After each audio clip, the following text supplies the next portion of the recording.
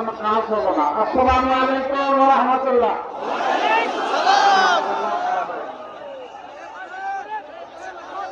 গাজীপুরবাসী কেমন আছেন আপনারা? গাজীপুর হাঁটতে জানে না, শুধুই জিততে জানে, এই জন্যই এটা গাজীপুর। ইনশাআল্লাহ গাজীপুর আগামীতেও জিতবে। অন্যায়ের বিরুদ্ধে, দুর্নীতির বিরুদ্ধে, চাঁদাবাজির বিরুদ্ধে, সামাজিক সন্ত্রাসের বিরুদ্ধে, মামলাবাজির বিরুদ্ধে আসুন দেখি। গাজীপুরের 5টি আসনে 11 কেন্দ্রীয় নির্বাচনের ঐক্যবদ্ধ বাংলাদেশের 5 জন প্রার্থী, নরসিংদীর একজন প্রার্থী এখানে আসছেন। তাদের সমর্থনে এবং আগামী 12 তারিখ একই সাথে গণভোটকে সামনে রেখে আজকের এই নির্বাচনী জনসভার সম্মানিত সভাপতি বসা 11 দলের কেন্দ্রীয় শীর্ষ নেতৃবৃন্দ, স্থানীয় নেতৃবৃন্দ, শহীদ পরিবারের গর্বিত সদস্যবৃন্দ, জুলাই যোদ্ধাবৃন্দ, প্রিয় গাজীপুরবাসী ভাই ও বোনেরা, প্রশাসনের এবং বিভিন্ন বাহিনীর সম্মানিত ব্যক্তিবর্গ, সাংবাদিক বন্ধুগণ, আগামী 12 তারিখ বাংলাদেশের ইতিহাসে সবচেয়ে গুরুত্বপূর্ণ নির্বাচন অনুষ্ঠিত হতে যাচ্ছে। এর আগে 12টি নির্বাচন অনুষ্ঠিত হয়েছে। 73 সাল থেকে শুরু করে 24 সালের 7 জানুয়ারি পর্যন্ত এক এক করে 12টি নির্বাচন অনুষ্ঠিত হয়। আর বছর আমরা পার করেছি 54টি। স্বাধীনতার পরে 54 বছরেও এই ভাই এখানে যারা আছেন তারা বসে যান, নিজে বসেন, সবাই নিজে বসেন। এই সাংবাদিকদেরকে বসানোর চেষ্টা করবেন, আপনি বসেন, তারা তাদের পেশাগত দায়িত্ব পালন করবে। ভাই আপনি বসে যান, এই ভলেন্টিয়ারি না করলে ভালো হবে, বসেন, ওনাদেরকে ওনাদের দায়িত্ব পালন করতে। প্রিয় সংগ্রামী গাজীপুরবাসী, এই আপনারা বসেন, এখানে যারা আছে সাংবাদিকদেরকে বসতে বলেন, কেন বসেন, বসেন, ওনাদেরকে বসতে বলবেন না, আপনারা বসেন। শ্রোতারায় যারা আছেন তারা বসেন, এর জন্য দাঁড়িয়ে থাকবেন না, এখানে বসেন।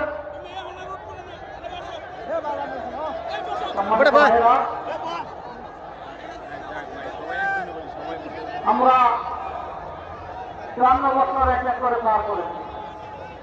এই 54 বছরে দেশ এবং জাতির কোনো উন্নয়ন হয় নাই, একথা আমি কখনো বলি নাই, বলবো না। উন্নয়ন হয়েছে সবাই বসে যায় 2 ধরনের, একটা জনগণের আর একটা রাজনৈতিক নেতা কর্মী। জনগণের উন্নয়নটা করতে গিয়ে রোডের বোতলে বাঁশ ব্যবহার করা হয়েছে, সিমেন্টের বোতলে ছাই ব্যবহার করা হয়েছে। জনগণের উন্নয়নটা করতে গিয়ে বাংলাদেশ থেকে 28 লক্ষ কোটি টাকা শুধু 15.5 বছরে বিদেশে পাচার করা হয়েছে। দেশের বুকে মাটির নিচে কত বস্তা আছে তা আমরা জানি না। এই 54 বছরে বহু জনের রাজনৈতিক নেতা নেত্রীরা দেশ পরিচালনা করেছেন। তারা যখন প্রথম ক্ষমতায় বসেছেন, তারা যে পরিমাণ সম্পদশালী ছিলেন, 5 বছর, 10 বছর, 15 বছর করে এই সম্পদ 700-800 গুণ বেড়ে গেছে। এবং সবার বাপের বাড়ি যাই হোক, শ্বশুর বাড়ির সম্পদ হু করে রয়েছে। সবার শ্বশুর বাড়ি ধনী, বাপের বাড়ি একটু গরিব। সাহস করে না, মনে করে বাপের বাড়ির কারণে আমি অবৈধ সম্পদ যদি চালান দিই, ও মরবে, আমারও মারবে। এই জন্য শাশুড়ি, শ্বশুর, ননদ, তারপরে এইরকম যারা আছে, জেঠু, শালা, শ্যালিকা, শালার বউ, বেগের বাচ্চা, সবগুলোর নামে সম্পদ করেছে। এক সময় ওরা আবার বলে যে এই সম্পদটা তোমার না, বিপদের সময় পাহারা দিয়েছি, এখন তুমি কে, তোমাকে আমি চিনি না, সম্পদ এটা আমার।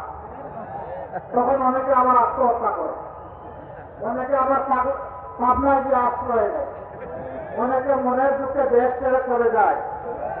বগরে হয়ে ঘোরায়, আর অনেকে দেশ কাটতে গিয়ে 16 উপরেও শুয়ে থাকে।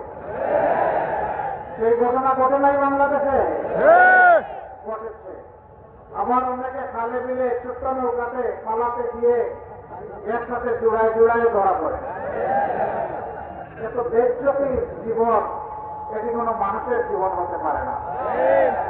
যারা মানুষের সম্পদ চুরি করে আল্লাহ তাদের উপর থেকে প্রতিশোধ গ্রহণ করে, এটি হচ্ছে খোদাই প্রতিশোধ।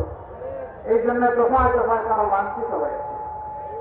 প্রিয় গাজীপুরবাসী, কথা আজকে বেশি বলবো না, এই মাঠেই কথা বলে গেছি কিছুদিন আগে। এটি একটি সত্যিকার অর্থে শিল্প এলাকা। পুরা গাজীপুরটাই এখন শিল্প এলাকায় পরিণত হয়েছে। কিন্তু সমস্যা এখানে সীমাহীন। শিল্প যেখানে থাকবে, পরিকল্পনাও সেখানে থাকবে, শৃঙ্খলা সেখানে থাকবে, কাজ সেখানে থাকবে, উন্নয়ন সেখানে থাকবে, নিরাপত্তা সেখানে থাকবে। এই শিল্প এলাকায় কমপক্ষে 34 লক্ষ কর্মচারী কর্মকর্তা কাজ করে, কিন্তু তাদের জীবনে না আছে নিরাপত্তা, না আছে শৃঙ্খলা, না আছে তাদের এত স্বাস্থ্য সেবা পাওয়ার কোন অধিকার। আমরা আপনাদেরকে ইনশাআল্লাহ বলে যাচ্ছি, ইনসাফের বাংলাদেশ যদি কায়েম হয় আপনাদের রূপে 13 তারিখ থেকে, তাহলে আর আপনাদের উপর বেইনসাফি করা হবে না ইনশাআল্লাহ। এই শিল্প এলাকাকে শিল্পের মতো করেই ইনশাআল্লাহ সাজানো হবে। এটি যেন শিল্পের একটি সাজানো বাগান, সেরকম করে ইনশাআল্লাহ সাজানো হবে।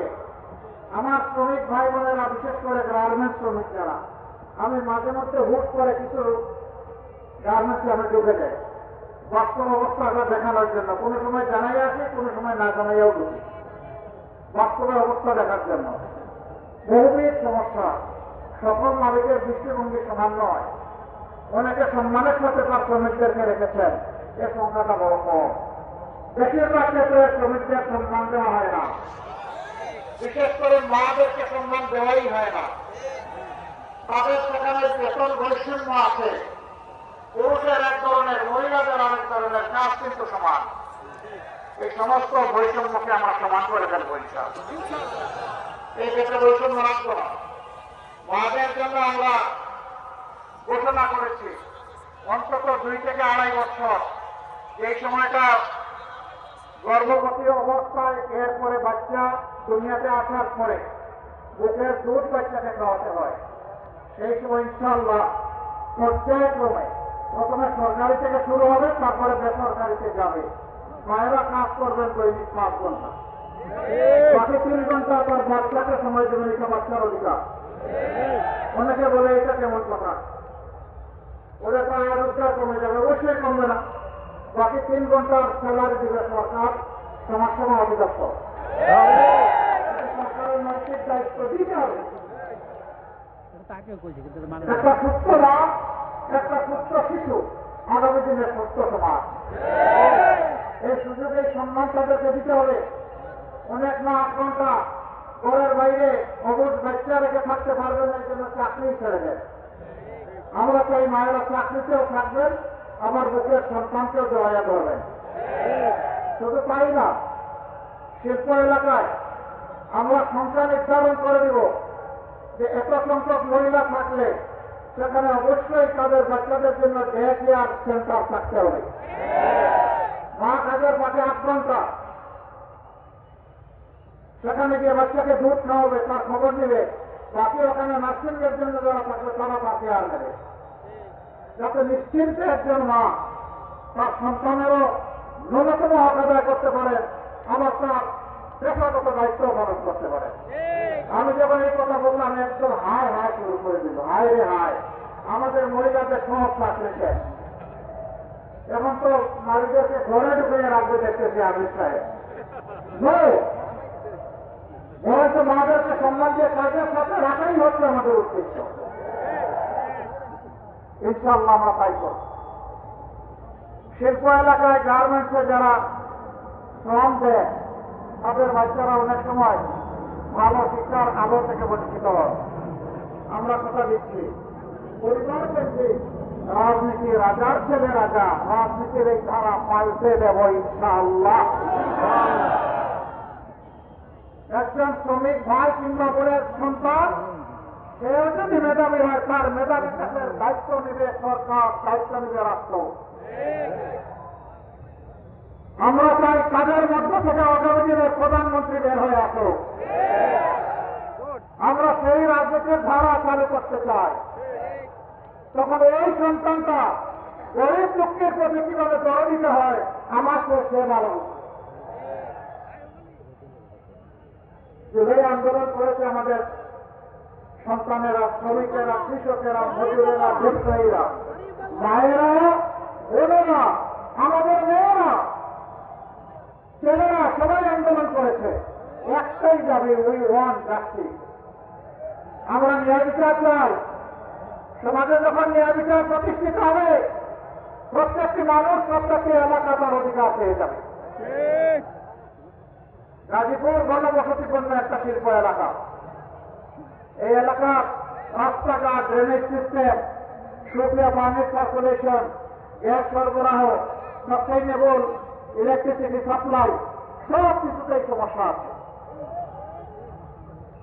অথচ এই গাজীপুর বাংলাদেশের জিডিপিতে বিশাল অবদান রেখে চলছে। যার যেমন অবদান তাকে তেমন মূল্যায়ন করতে হবে, এর নাম ইনসাফ। সবাইকে গলা কেটে সমান করে দেওয়ার নাম ইনসাফ নয়। যার যখন ন্যায্য পাওনা তার হাতে সেটাই তুলে দিতে হবে ইনশাআল্লাহ। আমাদের এই মানুষগুলো সেদিন কারো কাছে মিছিল করে বলে নাই দে দে টাকা দে, এটা কেউ বলেছিল? কেউ মিছিল করে বলেছিল দে দে বেকার টাকা দে বলেছিল? তাও বলে নাই। কেউ বলেছিল দে দে ফ্যামিলি কার্ড দে বলেছিল? বলে নাই। বলেছে দে দে আমার হাতে কাজ দে, আমি কাজ করে সম্মানের সাথে বাঁচতে চাই। প্রিয় দেশবাসী, যুব সমাজ, আমরা কারো হাতে বেকার ভাতা তুলে দিয়ে অপমানিত করব না। আমরা সুশিক্ষা এবং প্রশিক্ষণ দিয়ে প্রত্যেকটি তরুণ তরুণী, যুবক যুবতীর হাতকে, সক্ষম মানুষের হাতকে আমরা দেশ করার কারিগরের হাত বানাবো ইনশাআল্লাহ। কাজ তুলে দিয়ে বলবো এটাই বাংলাদেশ, যা খেয়ে দিলে এটা তোমাদের দাবি। এবার দুই হাতকে বাংলাদেশকে ধরে দাও, যুব সমাজ তৈরি হয়ে যাও। আমরা এই দেশটাই তোমাদের হাতে তুলে দিতে চাই। বাংলাদেশ নামের যে উড়োজাহাজ, এইটার পথ থেকে বসিয়ে দিব যুব সমাজকে। আমরা যে বসবো প্যাসেঞ্জার থেকে ইনশাআল্লাহ। ওরা পিছনে থাকবে না, ওরা সামনে নিয়ে দেশকে এগিয়ে যাবে ইনশাআল্লাহ। একদম লোক আছে শুধু পিছন নিয়ে কামড়া কামড়ি করে। এদের স্বভাবটা চিল্লি মাছের মতো। চিল্লি মাছ দৌড়াইতে শুরু করলে শুধু পিছনের দিকে যায়। আমরা তো মানুষ জাতি, আমরা পিছনে দৌড়াবো কেন? আমরা দেশকে সামনের দিকে দৌড়াবো ইনশাআল্লাহ। আরেক দল আছে এখন জনগণের উত্থান, তাদের অধিকারের পক্ষে আপোষের মনোভাব এবং ইনসাফের পক্ষে জনগণ থেকে তারা দিশাহারা হয়। এখন দিশাহারা হয় মায়েদের গায়ে হাত দিয়ে দেয়। আর এরকম প্রজাতি মানুষ তো মায়ের গায়ে হাত দিতে পারে না। আমরা এদেরকে অনুরোধ করি, সাবধান, কোনো মায়ের গায়ে হাত দিবা না। দয়া করে তোমার মাকে আগে সম্মান করতে শেখো। তুমি যদি তোমার মাকে সম্মান করতে পারো, বাংলাদেশের 9 কোটি মাকেও সম্মান করতে পারবা। যদি তুমি সম্মান করো, তোমাকেও স্যালুট। আর তুমি যদি আর হাত বাড়াও, মনে রাখবা মায়ের সন্তানেরা আগুন হয়ে চলে উঠবে। একাজ করবা না, একাজ করবো না। যারা মাদেরকে সম্মান করতে পারে না, আল্লাহ তাদেরকে সম্মানিত করেন না, আল্লাহ তাদেরকে অপদস্থ করেন। আমরা আমাদের মায়েদের সম্মান কারো কাছে বন্ধ রাখবো না, কোনো কিছুর বিনিময়ে না। জীবন দেব, কিন্তু আমার মায়ের সম্মান নিয়ে কাউকে আস্থান দিতে দেবো না। আমি এই কথাগুলো বলি, এই জন্য এখন আমার পিছনে লেগে গেছে। আমি তোমাদেরকে পাত্তা দেই? আমি আল্লাহ তাআলার কাছে ভয় করি? আমি আল্লাহকে ভয় করি আর আমার বিবেক নিয়ে আমি করি। তোমরা যা পারো করো, ওগুলার জবাব দেওয়ার মতো সময় আমার হাতে নাই। করতে থাকো, করো, কামড়া কামড়ি করো, ওখানেই থাকো। গাজীপুরবাসী ইনশাআল্লাহ গাজীপুরের কিছু ন্যায্য দাবি আছে, এখানে 7টা দাবি আমার কাছে দেওয়া হয়েছে। আমি বললাম, ইনসাফের পক্ষে আপনারা রায় দিন। ইনশাআল্লাহ আমরা যদি আল্লাহ তাআলার মেহেরবানি বিসমিল্লাহ এবং আপনাদের ভালোবাসা সমর্থন ভোটে এই দেশ সেবার দায়িত্ব পাই, আমি আপনাদেরকে সাক্ষ্য রেখে বলছি গাজীপুরের প্রতি আমরা বেইনসাফি করব না। তবে সবগুলো সঙ্গত রেল ক্রসিং এর উপর ওভারপাস, এটা কোনো বেতন না, ইন্টেনশন থাকলে 6 মাসে এটা সমাধান করা সম্ভব। 100 একটা ওভারপাস করে ফেলা সম্ভব। প্রতিদিন মানুষ দুর্ভোগের শিকার হচ্ছে। ইনশাআল্লাহ আমরা করবো। বলবেন এত টাকা কই পাবে? এই যে যাচ্ছেন আর করবেন সব জায়গায় বলেন, টাকা আমাদের আছে তো? টাকা আছে না? কোথায় আছে জানেন? দেশের বাইরে আছে। ওই যে চোরগুলো দেশের টাকা মন্ত্রকের বাইরে পাচার করেছে। ইনশাআল্লাহ তাআলা আযীম, আল্লাহ সুযোগ দিলে ওদের মুখের ভিতরে হাত ঢুকাইয়া পেটের ভিতর থেকে বের করে নিয়ে আসবে এবং সেই টাকা রাষ্ট্রীয় কোষাগারে জমা হবে। যার যেমন পাওনা, যে এলাকার যেমন হক, তার পাওনা সেই এলাকা তাদেরকে সমঝে দেওয়া হবে ইনশাআল্লাহ। তবে আমরা মন গড়া পন্থায় কোনো উন্নয়ন করবো না, নিজেদের ভাগ্য বদলের উন্নয়ন করবো না, 18 কোটি মানুষের ভাগ্য বদলের উন্নয়ন আমরা করবো ইনশাআল্লাহ। এই উন্নয়নের অংশীদার হবেন আমার কৃষক, শ্রমিক, মেহনতি মানুষ, সকল শ্রেণী পেশার মানুষ। এই উন্নয়নের কারিগর হবে আমাদের যুব সমাজ ইনশাআল্লাহ। একই সাথে কাজ করবেন মায়েরা, একই সাথে কাজ করবে আমার ভাইয়েরা। যার যার জায়গায় শ্রেষ্ঠ অনুমান রেখে চলবে। মাদের জন্য বাড়তি একটা দায়িত্ব আমাদের আছে মায়ের জাতি হওয়ার কারণে। এই দায়িত্ব হচ্ছে গৃহে, চলাচলে, কর্মস্থলে 3 জায়গায় ইনশাআল্লাহ মায়েদের জন্য আমরা নিরাপত্তা এবং মায়েদের জন্য আমরা মর্যাদা নিশ্চিত করবো ইনশাআল্লাহ। তারা আমাদের শতভাগ নিরাপদ এবং মর্যাদার সাথে তারা দায়িত্ব পালন করবেন।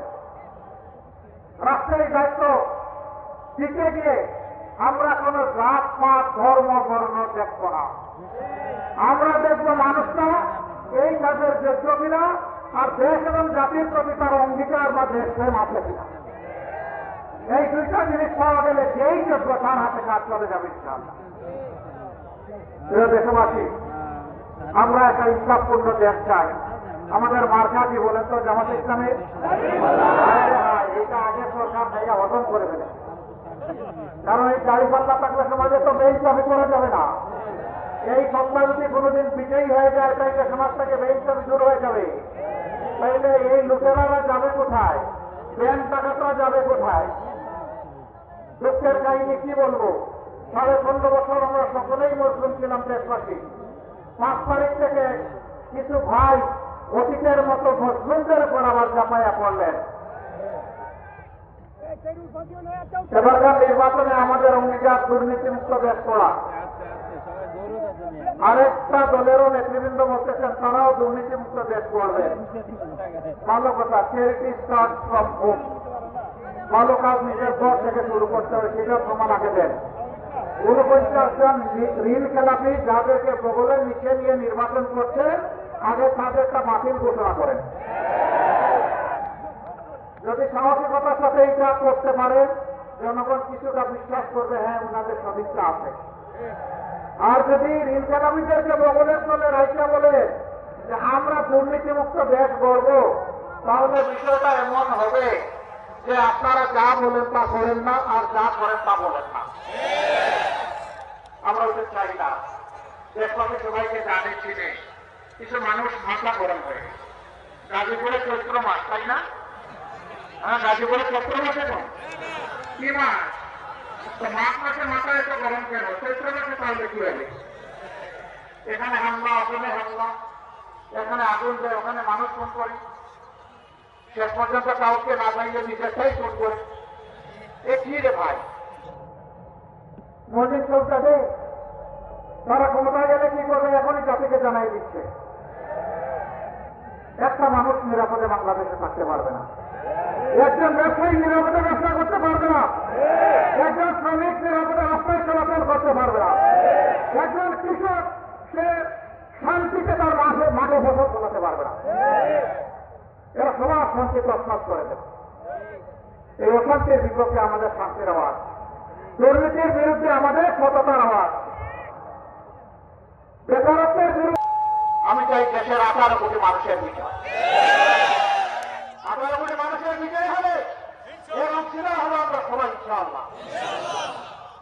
ভাই বোনেরা, আমরা কোনো দলীয়, কোনো পারিবারিক, কোনো গোষ্ঠীগত সরকার আর এই দেশে দেখতে চাই না। এরা আমাদের বড় বড় নিয়েছে, এরা দেশে বারবার ফেসিবাদ উপহার দিয়েছে, এরা আমাদের ব্যাংক ডাকাতি করেছে, শেয়ার মার্কেট লুট করেছে, দুর্নীতির মহারত্ন পরিণত করেছে। ওই শাসন আমরা আর দেখতে চাই না। এখন চাই জনগণের শাসন, এখন চাই ঐক্যের শাসন, এখন চাই ঐক্যবদ্ধ বাংলাদেশ। 11টা দল আমরা এক হয়েছি। এই গাজীপুরে 5টি আসন আছে। আমি 5টি আসনে 11 দলের পক্ষ থেকে আমাদের যারা প্রার্থী তাদের হাতে আমি এখন প্রতীক তুলে দেব। আপনারা আমাদের সঙ্গে থাকবেন। 12 তারিখ বিজয়ের মালা ইনশাআল্লাহ পরিয়ে তারপরে ঘরে যাবেন, ভোটের হিসাব নিয়ে ঘরে যাবেন। ভোটের দিকে কেউ যদি অন্যায়ভাবে হাত পায়, এই হাত সপ্তাহ করে দিতে হবে। আর দেখাচ্ছে বিষয় বিদায় দেওয়া, এটা কোনো ব্যাপারই যুব সমাজ তৈরি নতুন আপনি বেঁচে গেলেন, আপনার তো বয়স হয়ে গেছে। আমি এই যুবকদের দেখতে আমি যুবক না, আল্লাহ একসাথে লড়াই করবো ইনশাআল্লাহ। আসুন গাজীপুরে